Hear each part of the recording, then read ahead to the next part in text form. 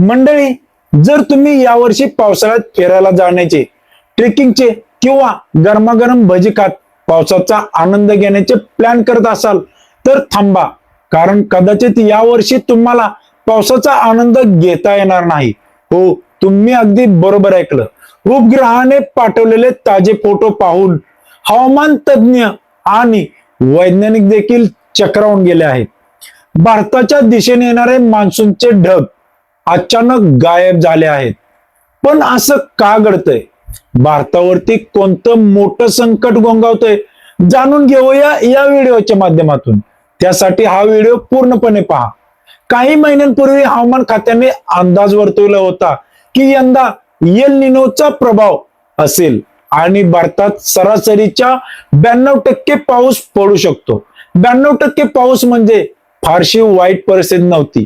पण आता ocean department कडून एक अत्यंत धक्कादायक रिपोर्ट समोर आला आहे.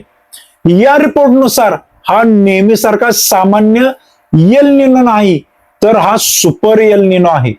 भारतीय हवामान विभागाने जारी केलेल्या नवीन आकडेवारीनुसार या सुपर एल निनोमुळे भारतात यंदा केवळ सरासरीच्या 60% पाऊस पडण्याची शक्यता आहे. विचार करा, जिथे 100% पावसाची गरज असते तिथे फक्त 60% पाऊस पडला तर संपूर्ण देशाची परिस्थिती काय होईल?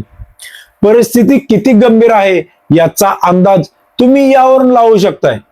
केंद्रीय कृषी मंत्रालयाने तत्काळ एक उच्चस्तरीय बैठक बोलवली आहे.